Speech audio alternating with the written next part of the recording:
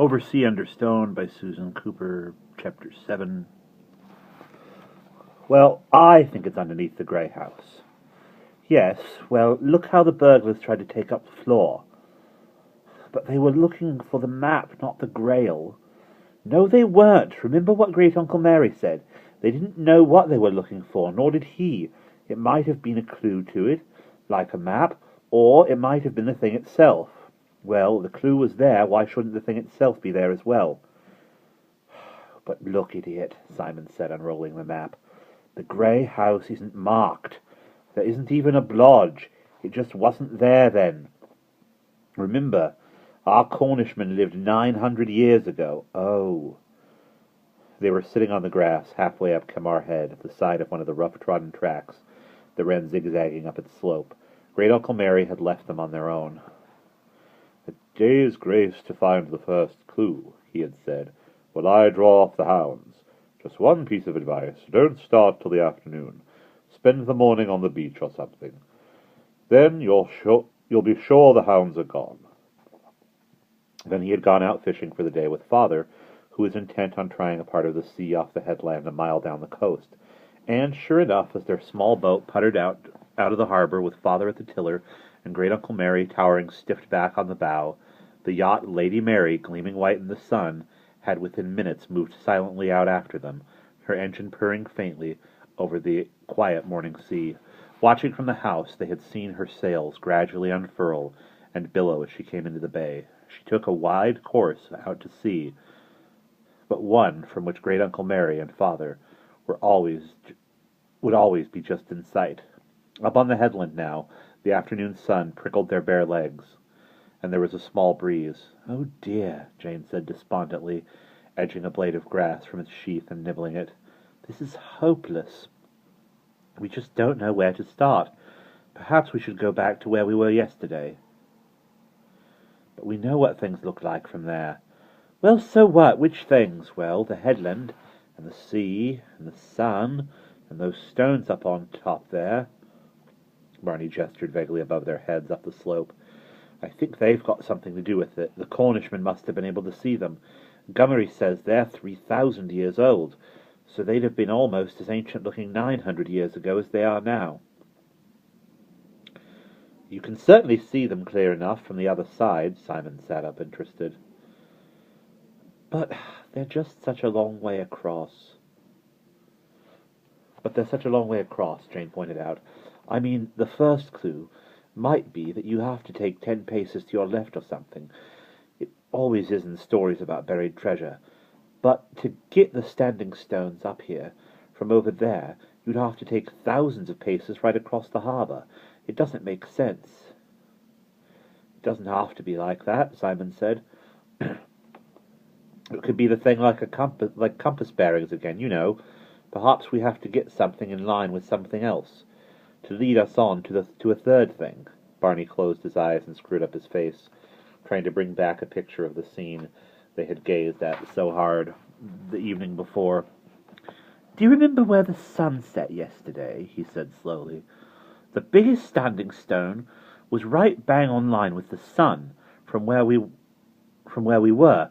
I remember, because you could only see it if you didn't look straight at it, if you see what I mean." Simon looked closely at the manuscript again, excitement beginning to draw on his face. "Do you know?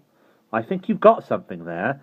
This round thing drawn here over the standing stones that we thought was just decoration, perhaps it's supposed to be the sun. I mean, if you knew the map wouldn't be found for years and years and years, he'd have to use signs like the sun. That wouldn't be likely to change." "Come on, then. Let's go further and look." Jane jumped eagerly to her feet, and then suddenly she froze stock still. "Simon, quick," she said quietly in a strained, tight voice. "Put the map away. Hide it." Simon frowned. "What on earth?" "Quickly, it's Miss Withers. She's coming up the path, and someone else with her. They'll be right on top of us in a minute."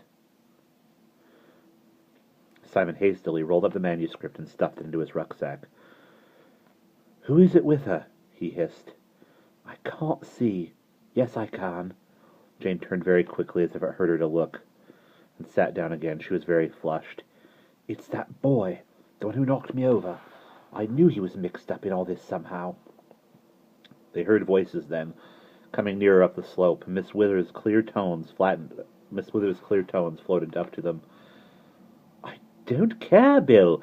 We have to check everything. He may already have. Then she was on them, silhouetted against the skyline, and she stopped short as she saw the three children all sitting looking expressionlessly up at her. The boy stopped too, glowering. For a moment Miss Withers stood with her mouth slightly open, taken aback. Then she pulled herself together and flashed a smile at them. "Well," she said pleasantly, coming forward, "what a nice surprise. All the Drew family at once. I hope you boys didn't feel too tired after all that sea air we gave you the other day." "Not a bit, thank you," said Barney in his clearest, most public voice. "It's a marvelous boat," said Simon, equally distant and polite. "And what are you all doing up here?" Miss Withers inquired innocently. She was wearing slacks with a sleeveless white blouse that made her arms look very brown, and her dark hair was tumbled by the breeze. She looked very attractive and healthy. She glanced at Jane expectantly. Jane gulped. "We were just looking at the sea. We saw your boat go out this morning." "We thought you'd be on board her," Simon added without thinking. A flicker of wariness crossed Polly Withers' face. She said easily, "I'm not the best of sailors, as I probably told you." Simon looked deliberately down at the sea. It lay as flat and unrippled as a pond. Miss Withers said, following his gaze, "It'll blow up later, you mark my words." "Oh," Simon said. His face was expressionless still, but there was the faintest note of insolent disbelief in his tone. For the first time, Miss Withers' smile faded slightly. Before she could say anything, the boy with her spoke. "Miss Polly be always right about the sea," he said gruffly, glaring at Simon. "She do know more about it than all the old men down there put together." He jerked his head contemptuously down the harbor. "Oh, I haven't introduced you," Miss Withers said brightly. "Do forgive me. Jane, Simon, Barnabas, this is Bill, our right-hand man. Without him, the Lady Mary couldn't do a thing."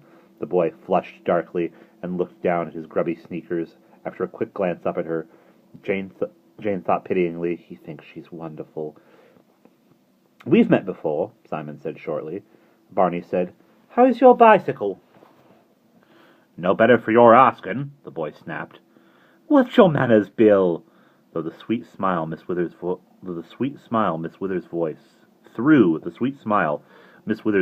was cold and tight as a steel wire.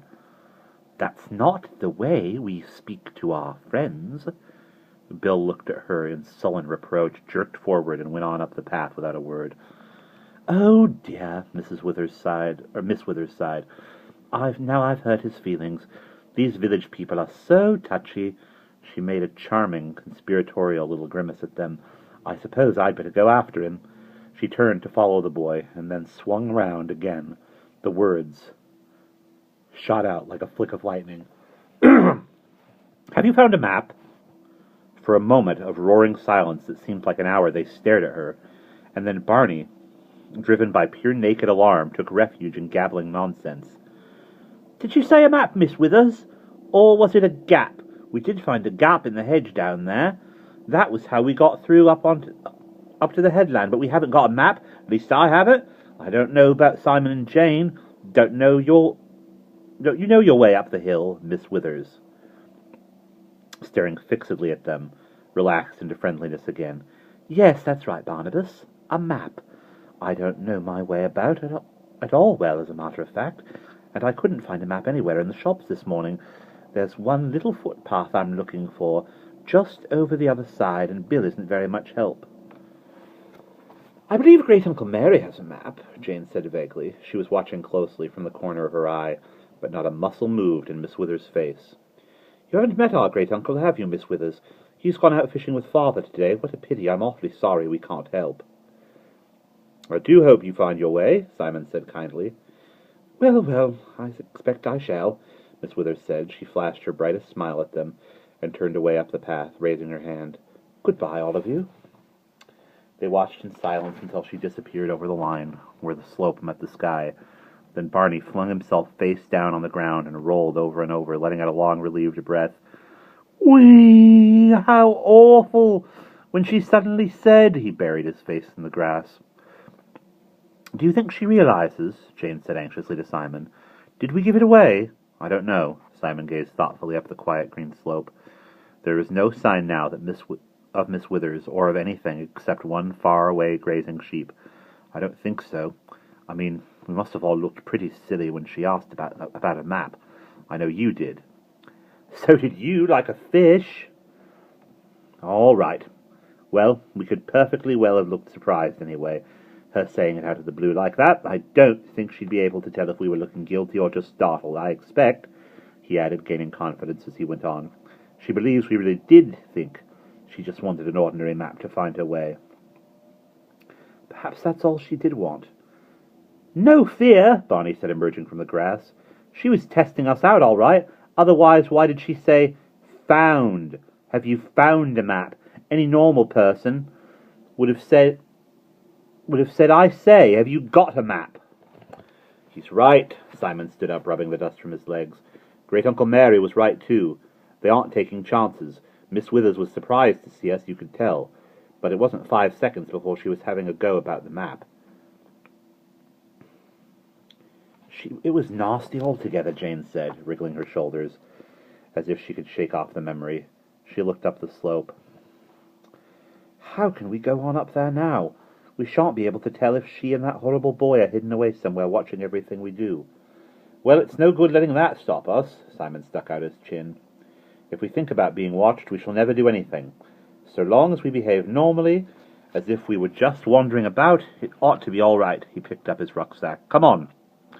The side of Kamar Head was steeper than the opposite headland had been, and for a long time they toiled up the zigzag path.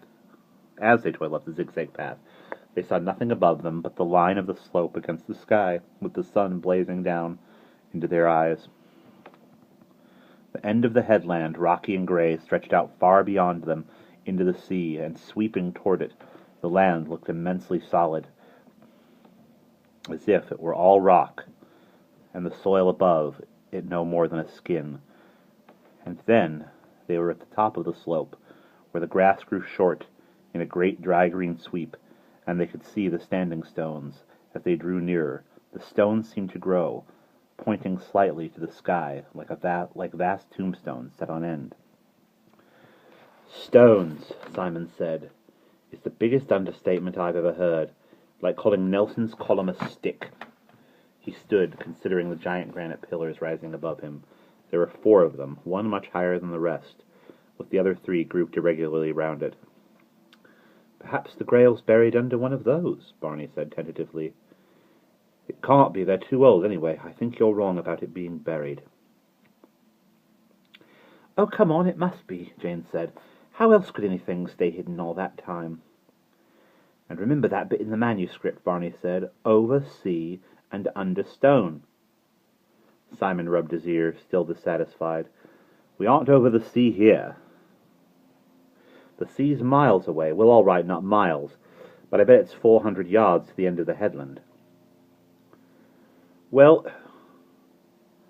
we're still above the sea, aren't we? I'm sure that's not what he meant.